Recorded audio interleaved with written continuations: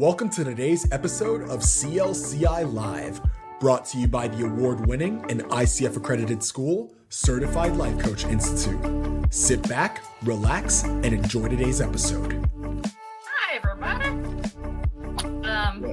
Welcome to another CLCI Live. Well, as people trickle in, let's remind everybody to please make sure that you join in the conversation. We want to hear from you. Yes. So Comment. we're monitoring it. And we want to hear from you. Please. And make sure you subscribe. Show us your support by hitting that subscribe button. It means a lot to us, and that's important. That's all for me, folks. For now, I'm going to be quiet for a moment. Your turn. Take over. Neener. Yes. Today. I have an announcement before we start. Oh, well, that's too bad, Jen. Let's move on. What is your announcement? My announcement is that I am a credentialed coach. Woohoo! Yeah, I know. I should share that with you. It took me about 18 months on my timeline. I felt really good about it. And you guys supported me through the entire process. And God, you guys are amazing. So anyone who's wanting to become credentialed, CLCI has got you the whole way through. Except the test. We will not do the test. You have to do that on your own. But you guys, really the lives that we did on the test, I rewatched them multiple times, and the bulk of my studying came from our lives. So Yeah. Good to There's a lot of hear. good stuff in them. Definitely a lot of good stuff. What was your, just since you brought that up, quick takeaway about the exam? What would you recommend to others besides, of course, watch our lives? Definitely watch our lives. I think the one where Dan specifically goes through why questions are the worst was the most helpful, because I realized that when you get a question where all the answers are bad, you have to start then making distinctions of how many bad things, according to ICF, are in each question. And so it was almost like I was tallying up.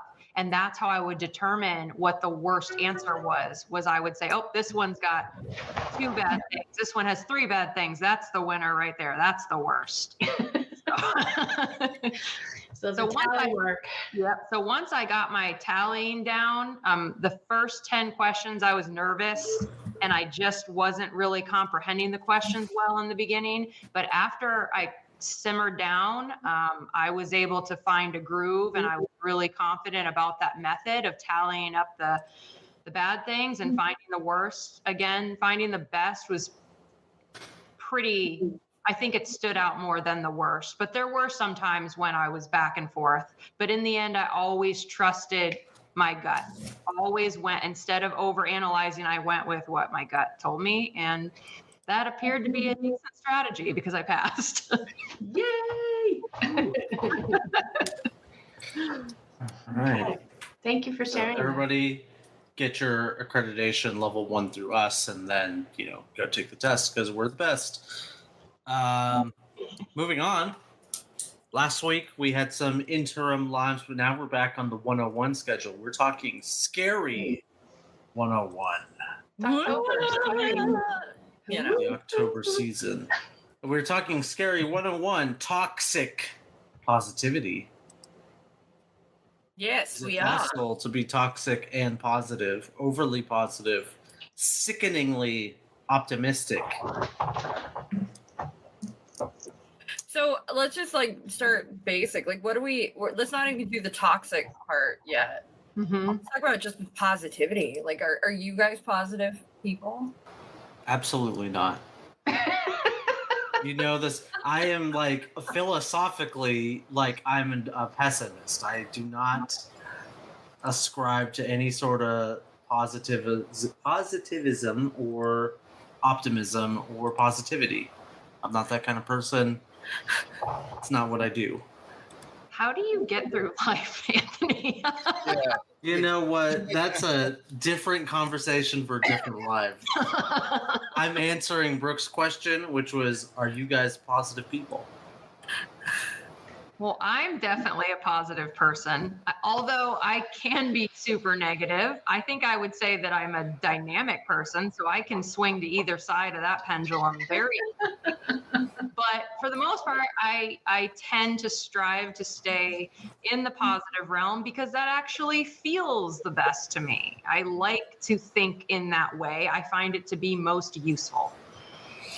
Yep, I agree with Jen. I feel more often than not, you get more benefits from being positive about a situation than pessimistic, and I can say that based on experience because I was a pessimistic guy in between like middle school and high school, just like most young boys are. I was mean and rude to the people around me for no reason, especially the people I cared about. And switching that flip or flipping that switch to positivity just creates much better outcomes for me in my experience.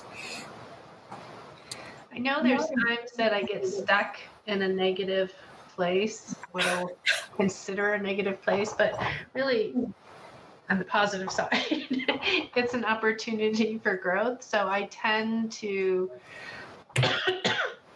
do my negative and be in that dances when I need to. And then when I'm done and I want to be done with it, I tend to get into writing, which helps me move back that pendulum, as you were speaking, to the other side to have it be meaningful in some fashion. Trick question. You can't be positive people or negative people. You guys are whole people. Oh my God, man, you're toxic. Every one of you is toxic. Now you have to answer your own trick question. Yeah, as if it wasn't a trick question. I tend to be a very optimistic human being. And even in my pessimism is somehow optimistic. We were talking to somebody about a situation and I was like, they just have to mess up so bad they learn a lesson. Like maybe that's what has to happen is they have to just screw up so bad that they learn from it.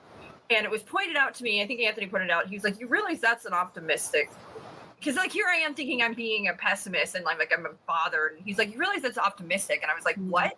And he's like, well, you assume that they're going to learn something.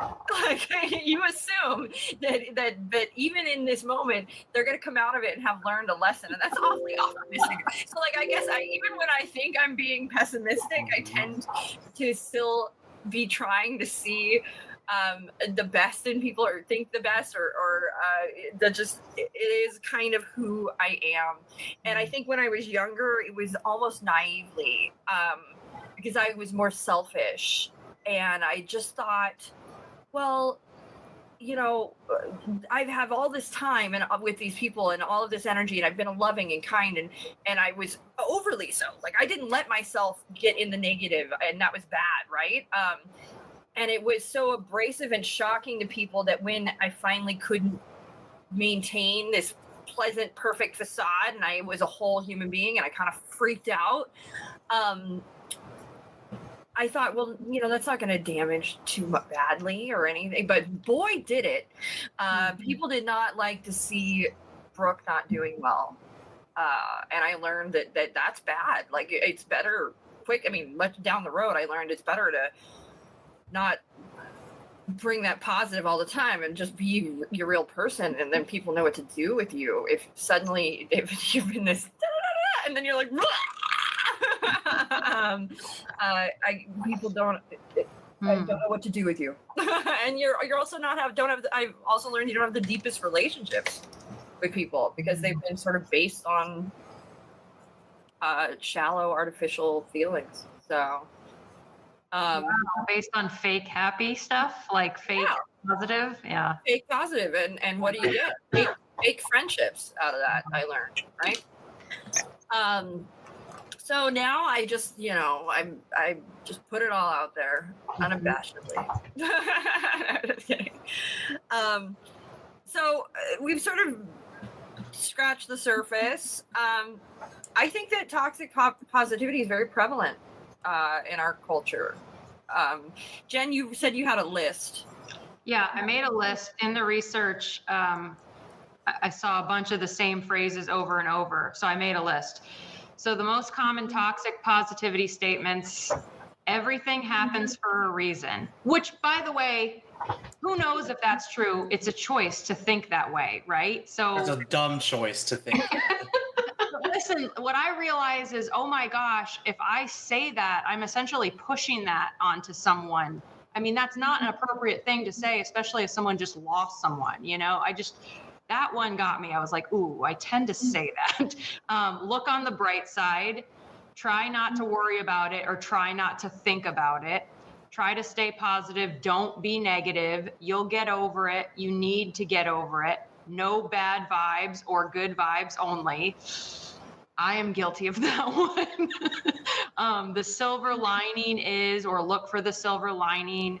You'll get through it. If I did, you can handle it. So relating your experience to their experience, everything will work out in the end. Everything is happening for you.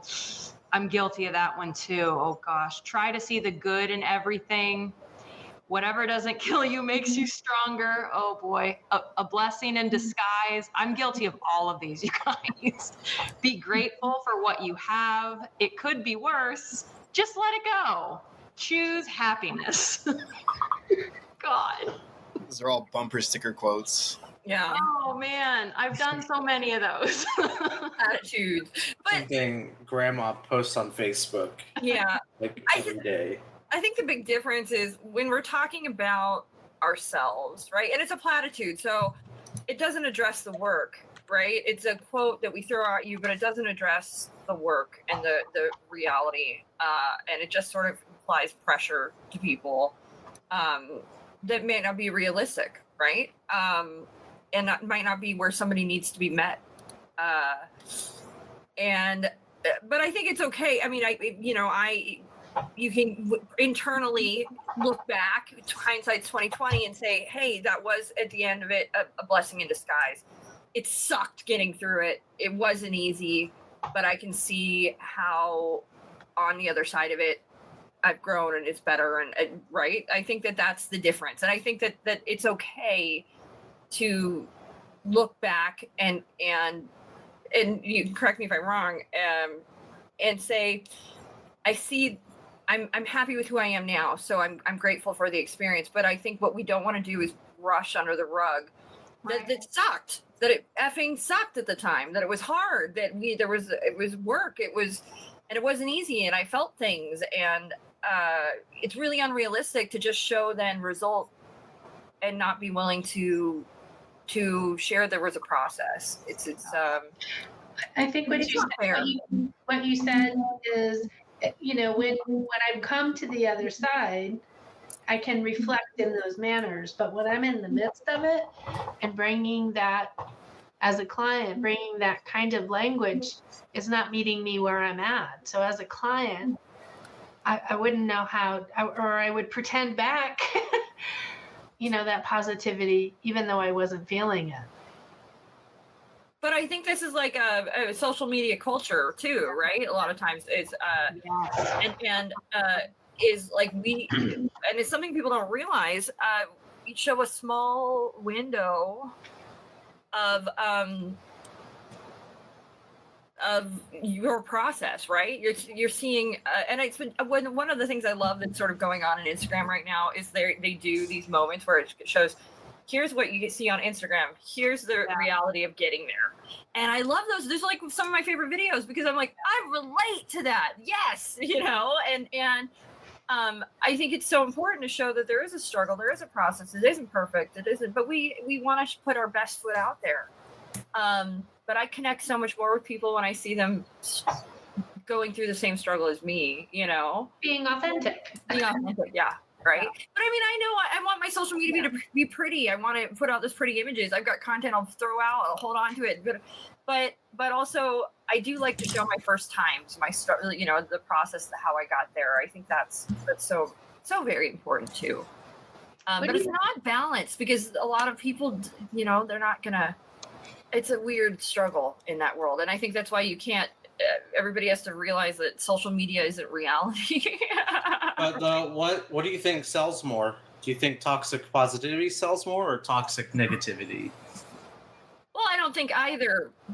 I mean, polarizing, probably toxic negativity, because people have an aversion towards negativity, and so I think you can probably scare people into buying things easier than. I think maybe in the social media sense, I see that. In a social media sense, yeah, you're seeing probably a lot of toxic positivity going on there, and I won't say it's all toxic, right? It's just we have to have a secondary level of awareness. Hey, let's do this. This isn't 100% real, but it depends on what you're selling too. There's a whole my brain gets into this space. Let's talk about life coaching then. Okay, there we go. In the life coaching space or the self-help space, we can broaden it a bit. This is kind of overlapping, like getting into the woo-woo dimension. Brooke, you sent me that Instagram post, which you tried to trigger me. I did try to trigger you. Which was the manifestation. I sent him a post that said, I just want to see how angry you get. Like the law of attraction, manifestation stuff that you see in a lot of the self-help, new age spiritual woo-woo kind of stuff, where like you just have to be positive. You have to want it enough. If you will it somehow, yeah, you can will it into existence by being so positive that you just positive and good things will happen to you. And good things will come. And the corollary to that is if your negative thinking causes negative bad things to happen. So if you are, in a bad situation, maybe you are socio-economically disadvantaged, it's your fault. Because you're not thinking positive enough. You're not manifesting your positivity. And that's right. It's very dismissive of the work, right? Because no matter what, there's work. It's not like I can sit here and go, okay, I want a cheeseburger. I'm willing a cheeseburger into my existence right now, right? Like that's not going to work. It would now I want a cheeseburger. Okay, so, but I have to. You're going to have a cheeseburger later then. If I want a cheeseburger, I have to get my happy butt to wherever is going to sell a cheeseburger, or I have to hop on DoorDash. I have to have the money to buy one. There's all these steps between me and the cheeseburger. I don't just will it into existence, right? And I think that this toxic positive realm sort of starts to dismiss the reality of there's some effing work involved. Like there's a process. Oh, thank you, Steve. I appreciate it. Steve's about to buy your burger just to prove me wrong. Cheeseburger. And then, but here's the thing: if that kind of language and thought process works for you, then that's appropriate. We're talking about it when you're not in that space and somebody throws that at you. What happens? Well, I don't even think it has to. I mean, I want to go back to your question. I totally do, but I don't even think it has to be that you're in the space. I think that it's even that manifestation, even that just be positive, even that. We're also dismissing our own responsibility, like our own. If I just manifested my cheeseburger into an existence, I didn't have to do anything. I'm not giving myself any credit, right? But so it's almost not fair to just say I manifested it here, because what you're dismissing is you're not even taking credit for your own successes at that point. Right? You're just saying, nah, I positived it here. And you're not saying, it's not, for me, it's just like a total dismissal of work, which we should be proud of. And that drives me crazy. And now when we put it on somebody else, we're dismissing them as well, right? Like we're dismissing whatever it is they're experiencing in that moment and the work they have to do. But I do think there are some people who view manifesting as, okay, thoughts plus feelings plus actions. Like it's not just thoughts. It's not like you just will it into existence. I think it really is a deeper conversation about manifesting maybe one day. Yes. I guess so. But then at that point, it becomes indistinguishable from like just doing things. Like it doesn't become this like woo-woo spiritual like essence thing we're talking about, or the metaphysical thing. It's just I want something, and then I do the things to get the things that I want, which everybody does with the things they want to get. Because if they didn't, they wouldn't have gotten them in the first place. Unless, Can I just be a jerk for a moment? Like in your same vein as you, Anthony. It Mhm. basically what we've done, what you do when you say that, it's this work. What we are doing is we're removing that romance, that woo woo, that secret special sauce, that spiritual something, and we're just, if you really break it down, it's a method of focus. Like it's a method of I'm focused on this. This is what I want. Now I'm going to do the work, take the steps, and it does. It's I mean, you can call it and any number of things, right? But ultimately, what we're doing is creating focus around what we want in life. And it's not as romantic as a prayer or manifesting or. And so, and I'm not saying that it can't be good vibes for different people, but ultimately that's what those things are. Is it's a matter of we're putting some focus in. But coming back to this top positivity thing, I mean, have you guys ever had an experience that was start to finish nothing but positive? It was a short one. My experience working here so far has been nothing. Oh, don't. Now. You've never have anxiety. You've never had stress. You've never had any. Maybe like a tiny bit of stress, but like minuscule compared to other types. We'll fix that, Jen. Don't Yeah. see. I'm the opposite of Steve. Where like I'm gonna manifest bad things to happen to you now because you said that. But can we circle? Let's think about what Jen just said. She said compared to other things. Mhm. So what does that tell us about? That's the also kind of a trait of toxic positivity, though. That's kind of like when you're eating food and your parents are like, "Well, think of the kids in Africa." Well, And you ought to feel good about your situation now because other people have it worse than you.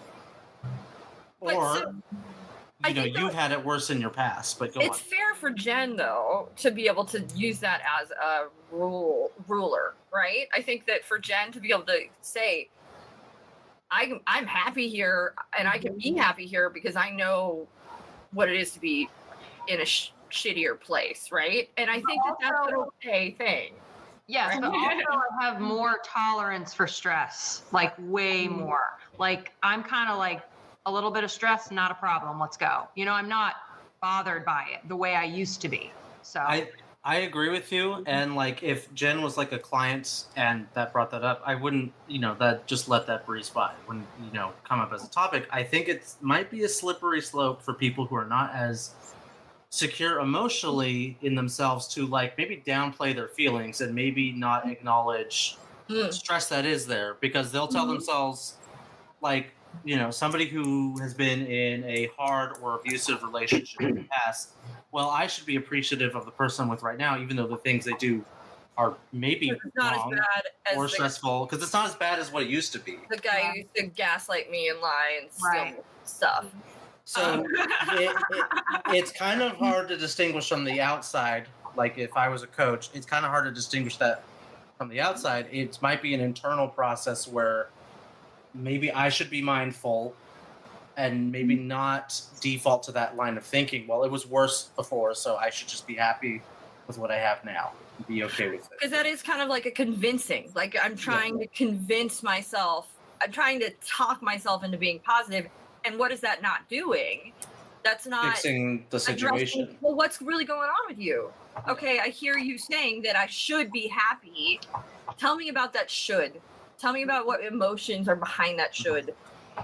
What are you feeling in that should right now? But You're for just- now, I mean, I'm taking Jen, word, for as truth. I'm just, she's having a great time working with us. Not going to ask too many questions deeper into that.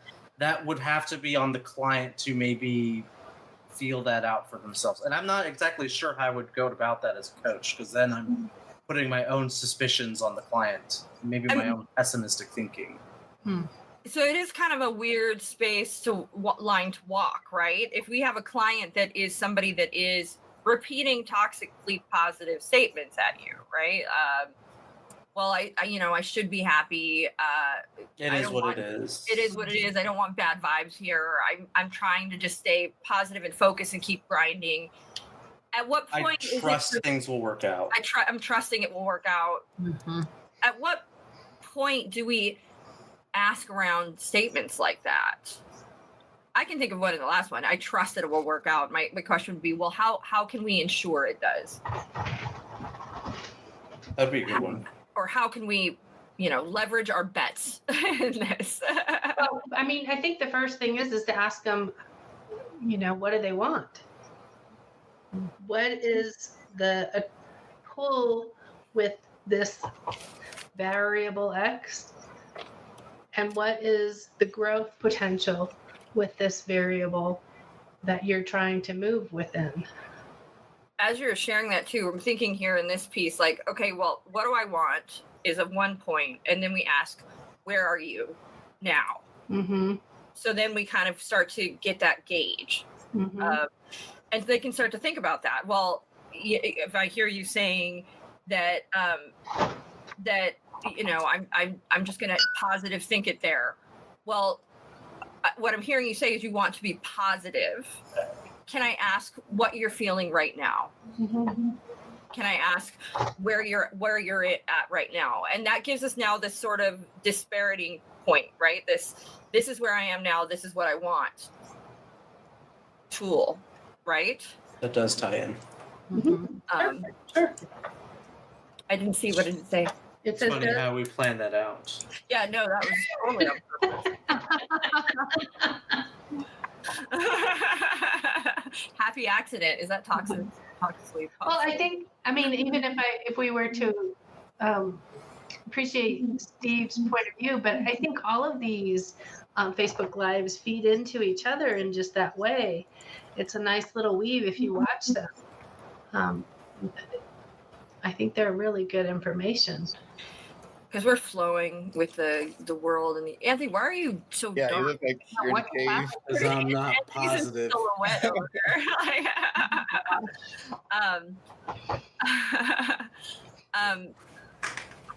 So I think this is also kind of a thing that we as coaches go into. Let's talk about our people who are becoming coaches. I think a lot of times, like, we have a room full of coaches that are like, yeah, this is going to be awesome. Let's be positive. Let's woo, bam, amazing. And they're in a room and there's all this awesome, amazing, good vibes, support going on. And they want to carry that with them into the world. And then boom, they realize they leave class. There's a lot of work to be done, right? Mm-hmm. There's a lot of things to be done, lots of stuff going on as a coach, lots of responsibility, lots of that grind, and it's not as idealistic as we would want it to be. And the sad thing for me is out there in the world, there are thousands of coaches that are just presenting it as, oh, it's an easy path to your six-figure, blah, blah, blah, blah, blah, blah, blah. Everywhere you look how successful I am, look how blah, blah, blah. And they're either selling the work, right? Or they're not openly discussing the work that they had to do. I want to put one thing in there that you're sharing just off the cuff. The ones that really get me is don't use social media for blah, blah, blah, blah, blah, blah. And they're on social media. Right, that drives me crazy. That drives me crazy when they're saying, Instagram is dead. Well, why are you advertising on it then? I'm just curious, because obviously you're willing to put money into it. So yeah, that makes me crazy because they'll say, and they're advertising on it. Anyway, sorry, I had to just say. Honestly, I despise anyone that tells me exactly what I should or shouldn't do. I can't even take people seriously who are like, don't use this, use this. I'm like, no. Thank you. Next. So boom. That was boom for a moment. That's a boom statement. All of the statement. Can you read off 4 statements that you stated before that were toxically positive statements? Everything happens for a reason. Everything happens for a reason. Look on the bright side. Try to stay positive. Don't be negative. It's a blessing in disguise. So there's at least 3 of those that are we get a verb, an active verb, where it's like telling you what to do. Yes. Try to stay positive. Yes. Look on the bright side. I mean, I don't remember what the other ones were, but what are we doing? We're shooting people. Be grateful. Be grateful. Yeah. It could be worse. Just let go. Choose happiness. It's all a command. Why? What if I just don't want to? So I mean, we kind of beat this a dead horse a bit. You know, I think people probably understand the dangers of these statements. So my question for you, and we'll bring this again into the coaching room before we get there, is how do we differentiate, or how do we maneuver through and be optimistic and positive people if that's something we want to be, or we want to, you know, a trait we want to harness, but how do we go about into the world and not be toxically positive? What can we do? I don't know if all of those statements are necessarily toxic if you're speaking those to yourself. I think they are very overtly toxic if you say that to someone across from you. But if that's something that you internalize and then you do the work, just like we were explaining, around that statement, that's not necessarily toxic to me. I think that's just a step in your process to internalize. It could be a slippery slope, though, too. Like, it could be a way to not address things that are going on, too. Yeah, and that's when it becomes toxic, is when things aren't being addressed. If you're just saying that as a blanket statement and just hoping things happen, then yes, I think if you're trying to fool yourself, which I think is what you're, Jerome, saying, I'm not in a place where I'm trying to fool myself. I'm living in this purpose. I'm finding my intention, and I'm trying to change my mindset to move in this flow versus what it's been in. I think, is that what you're... Yeah, definitely. I would say embodying the correct energy based on just what you know helps. Like Jen mentioned, I think we both try and proceed positively, Brooke too, Lisa, and just... No, I never. I also now know I have to tell myself it's okay to be sad. Yeah. It's okay. I know. Self-permission for that. Yeah. It's okay to be mad in this moment. It's okay to be sad. The way I'm feeling is okay. My emotion right now is okay. I do not have to apologize for it. I cannot tell you how many times in my life I have had a woman or a man or anybody apologize to me for crying. And it breaks my heart that we as a people feel like we have to apologize for crying. Like, we should be able to just cry and be like, this is what I'm feeling right now. This is just another human emotion, and I'm allowed to cry. And it's okay. And I don't have to feel guilty or shameful or bad or like I shouldn't be crying. And there's such it's built into us. It's built into everybody. It's so common. It's silly. I think almost every single time I have seen, and I more recently it's been women, but definitely men too, cry. It's 90% of the time followed by an apology, like 90% of the time.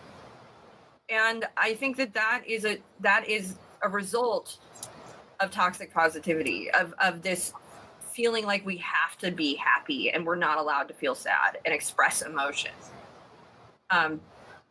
Expressing emotion to me is what it seems like. You know, it's not, I don't know. I mean, depending on where I am, I'm part of this group of people where I sometimes question, is emotion appropriate here? You know, or am I going to be a problem if all of a sudden I start getting real worked up, you know? Well, and I think that there's a weird balance between emotional intelligence, right? And being able to, I say this with, I say this with caution. But I know we do that. Like, there's an appropriate place and a time to express emotion in certain ways. But I think when it comes to things like sadness, we shouldn't. We should just allow that, right? It's not. I think when you're pushing your emotions onto somebody else. So when you're angry and yelling and handling it in a way that isn't healthy or productive, that's sort of where that line starts to we're starting to go over the line. And I don't know what that line is, but shedding tears, I feel like shouldn't be, even and being upset, being a little frustrated. We should be allowed to sit and express and say, I'm frustrated. It's indicating something, right? It's telling us this is a tool and we should acknowledge it. Do we want to act in those moments? Probably not always, right? We want to let that emotion process it and then come out of it and make probably more smart and level-headed decisions. But that doesn't mean that we should feel bad for having felt what we feel. Well, I think that's what we're talking about, is providing a support system, whether you're going to your coach or you're going to some sort of psychological help, or you're going to your best friend to share these feelings that you're experiencing. At times, though, it might be that you were bringing up, I think sometimes you don't feel safe in that environment, that when you do start expressing in some fashion, the I'm sorry's might be a place where I'm not quite ready to involve that other person in that space where I'm willing to be vulnerable with them with that intensity. Sainara, that is totally a true statement. And I'll give you a whole, but I'm going to stay out of it. I have a whole sociological overview as to why anger is more readily received than sadness. But anger is fear's bodyguard, and ultimately sadness is an expression, I think, a real, an emotion that is more palatable, more internalized, and anger is and I think sometimes anger can be seen as a show of force, and sadness is seen as a show of weakness.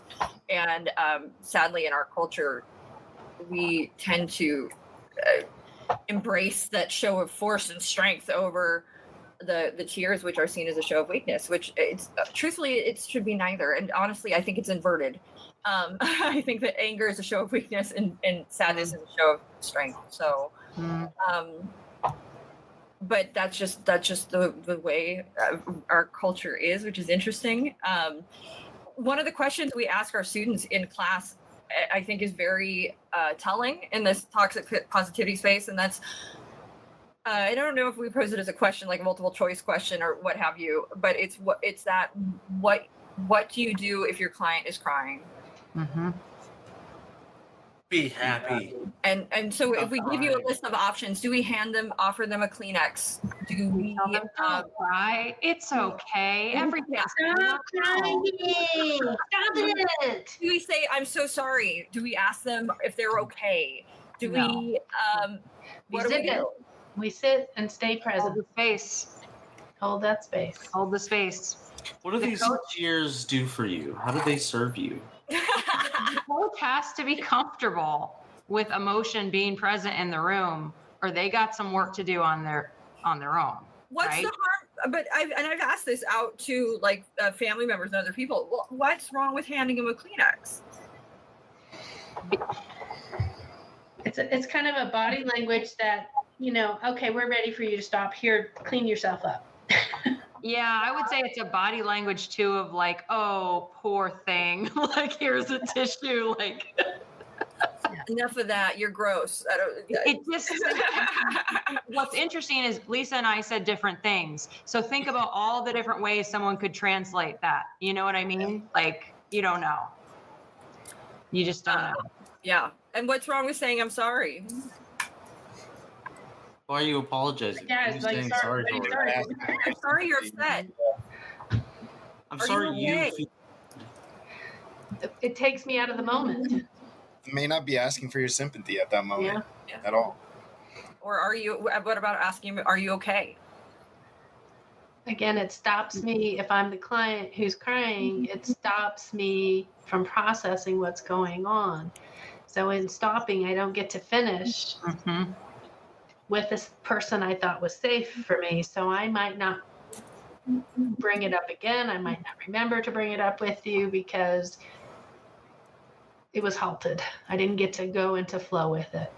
And asking if they're okay insinuates that they're not okay if they're showing emotion. So that question in itself, I mean, it shows she's uncomfortable with the emotion present. So what if you have a client that just laughing their butt off? Are you okay? I would ask, what's going on? What's happening for you? Did you have nitrous oxide? But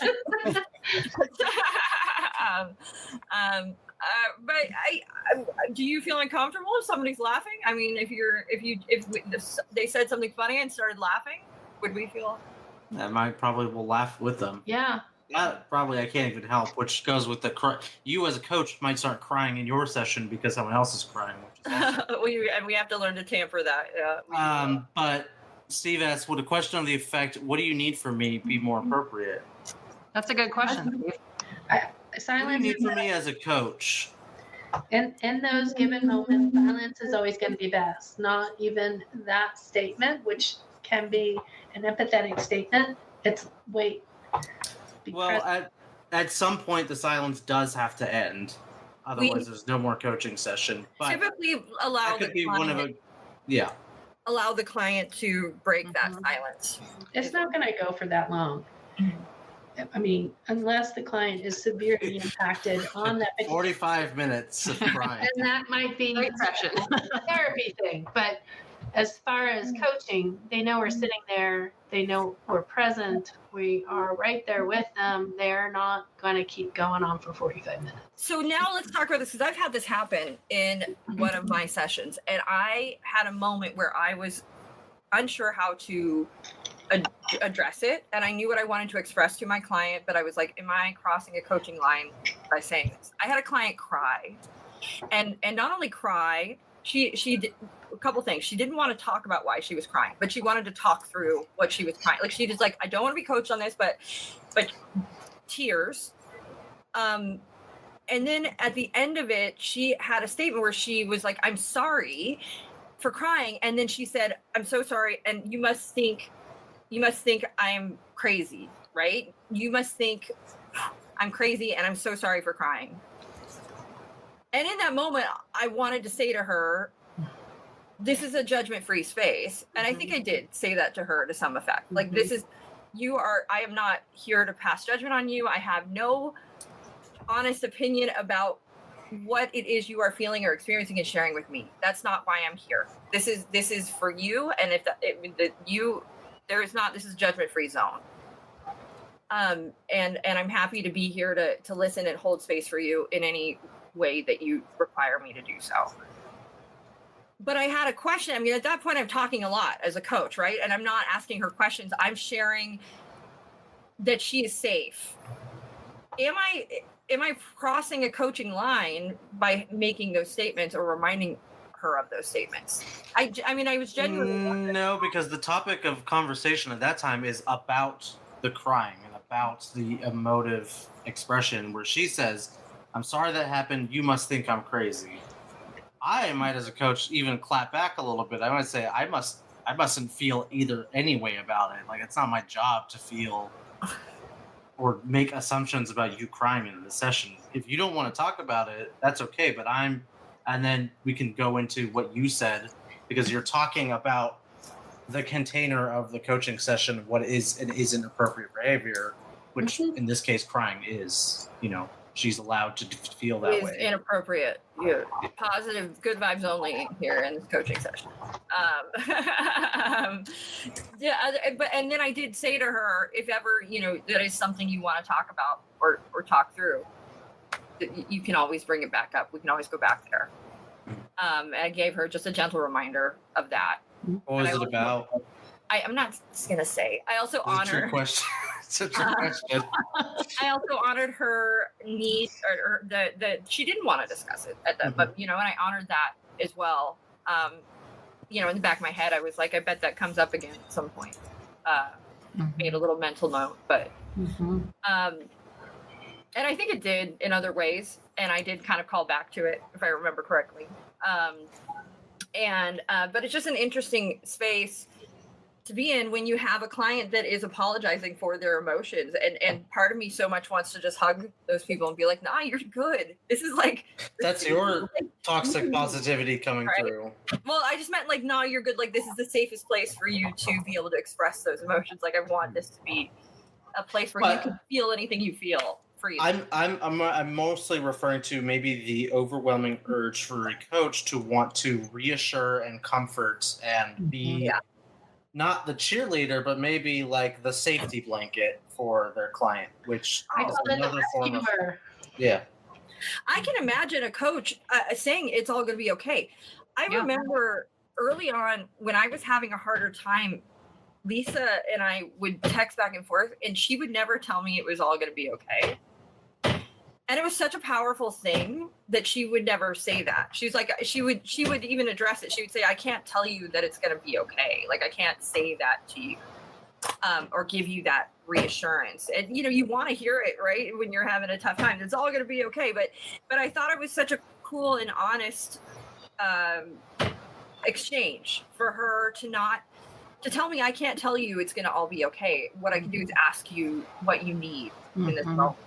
Mhm. And what you can do and what it needs to happen. And that was, now that I look back on it, Lisa's coaching me a little bit, right? What you just said, Brooke, what do you need in this moment? Going back to Steve's question, is it appropriate to ask, what do you need from me? To me, that makes it coach centered. And when you ask, what do you need in this moment, it keeps it in the client's grasp. Like, even to say, what do you need? Sometimes I would even turn it even further inward and ask, what do you need from yourself? Almost as like permission to give yourself what you're holding back. But I do love, what do you need in this moment? I wouldn't turn it towards me, the coach, because I personally don't think my clients need me. I think they need themselves. That's an interesting thing too, and I think it still sort of dovetails into this space of this toxic positivity, and it's this sort of credit thing that happens when we coach, and how our clients love to give us credit for their successes. Like, I couldn't have done this without you. I couldn't have. Yeah, let's talk about that. That's a tricky one for me. I still feel like I'm learning. Because I want to be like, yes, you could have. You absolutely could have. But also when you write your review of me, put that in there. Put that. Yeah. Yeah. The review is different than what. Like, it's all the client, but also make sure that you cite that it was me. No, but if a client says that to you, what do you say to them? My first thought is to say, is that true? Mm-hmm. Yeah. Who did the Let's work? talk about that. Could you really have done this without, or not have done this without me? Who Truthfully. did Yeah. the work? Mhm. Who did the work, right? Yeah. Who did the work? It's not my work. Mm-hmm. All I did was ask questions. Yeah. Hold Typically, space. what I'll say Well, is, you all were here and you Okay. asked me those questions, and then I'm honored that you gave me that space, but I still did not do Yeah. the work. That's all you I'm did the work.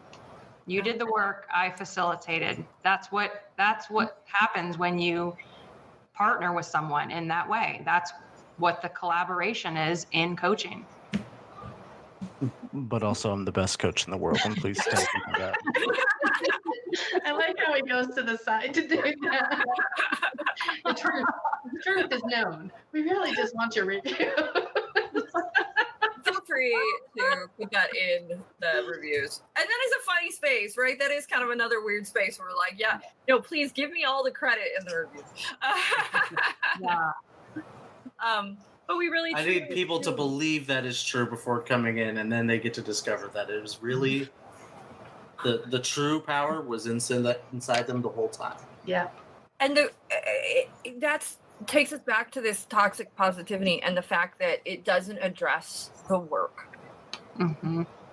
So even on the flip end of that, you're giving me all the credit. Well, what have you just done? You have dismissed all of the work you just did, right? Mhm. And this is you. And it's the same thing when we're like, Nah, I just stayed positive. Yeah. No, I just, it was just positive vibes. I kept the grind. I just It's kept also going. I like pushed through. positive or toxic gratitude. Like it was nothing to do with me. It was all like the people helping me and supporting me and yada yada. No, you did it. You were the one who did I it. know there's one thing in coaching that coaches have a difficult time with is letting their clients leave in an uncomfortable space. They want to make it better before they go. Yeah. Let me rescue you. Let me fix it for you. Let me give you advice that's going to help you on the flip side. And frankly, that's not your business nor your job, right? That's part of where they are in their process. In that discomfort, they could be learning a lot. Mm-hmm. I'm grateful for some of my headstrong clients that like have come in and been like, nah, this is how I feel. No, you're not going to change it. It's not going to make it better. I'm good with how I feel right now. This is how I want to feel. And I'm like, okay. You know what I mean?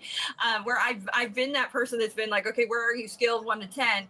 How do we get that 6 to a 10? And then to have a client slap me back with, no, all I want is to be at a 6. Oh, awesome. Okay, that's what we're saying, right? But it was like that was a lesson for me in that moment that sometimes we don't need to go up that gauge if that's not what they want and not what they're ready for, and they're that what they wanted to be is at that 6 for and I understood why. I mean, I did ask around. Tell me about that. Hey, are you cool with this? Are we comfortable? Let's go. I didn't say cool and comfortable. It was how do you feel? I left it open-ended and I didn't feed them, but you know what I mean. That interesting thing about the gratitude, it kind of was a thing for me because I have I love giving credit to the team, right? I always want my team to get the credit. Like, you guys did awesome. This is about you. This is about the work. This is But then I put this on my resume though. It was ingrained in me as a boss, as a leader, as somebody is like, I would rather everybody else have the credit for their work, right? But ultimately, I guess that's maybe that makes me look good, right? Too. So it all works, and it's maybe the same way with the clients, right? If my team's doing awesome, I must be doing something right. If your clients are doing awesome, you must be doing something right. And that's all you need, right? That's all you need. You don't need the credit. That takes us back to balance 101.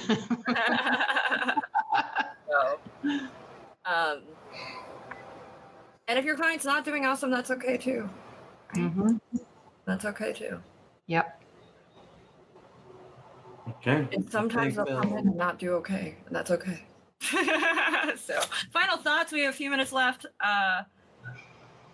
Y'all, I have a final thought. So I realized that for me, when I read that list of stuff, and then Jerome talked about how sometimes, like, for him, those things are true for him and those things feel good, and it doesn't, seem like toxic positivity because, that actually is real for him. And I was thinking about it for me, the distinction is force.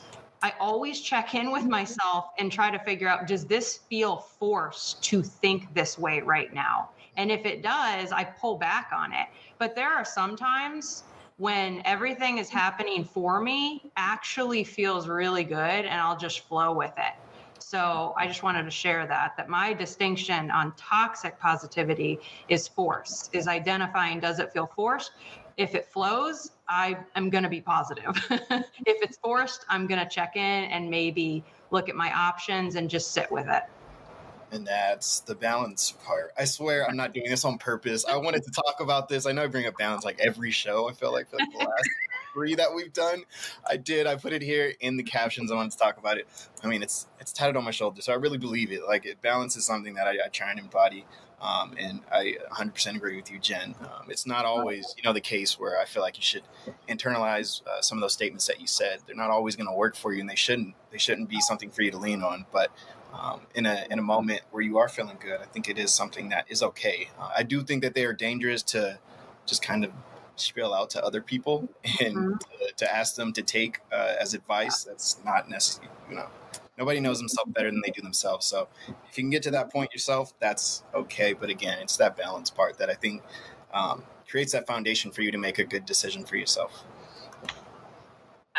as we're sharing too, it's funny because like I can suffer from racing thoughts at nights on occasion, and it's like I usually lose sleep, and I'll do a couple things. I'll either like find a way to drug myself to sleep, ignore it, and then address it in the morning. But there are times I cannot do that, right? And so I know I have to be up early. There's no sleeping in, so I just can't. Just have to process it. And I've tried it's going to be okay. Let it go.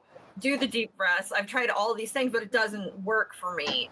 What works for me is when I actually like write it out or start to take action and figure out what my plan of action is going to be. And that really is the only way that I can actually know that it's going to be okay. Because I can tell myself all day it's going to be okay, but the only way I can really get to the other side of that, it's not even doing the work for me, is just seeing the steps for it to be okay, and knowing what they are, and then that's when I can actually start to believe that it's going to be okay. And sometimes we have to just be okay with not being okay, and allow that to sit, and then eventually it gets a little easier and we start to see the path, and that it starts to clarify. But there are times when it's just so foggy and crazy that we can't even see the path to okay, and that's okay, right? I think it's a big sign in that moment to just take a beat, take care of yourself, start to try to recenter whatever that might be, and feel what you're feeling so that you can start to see the path to okay, whatever that might look like. So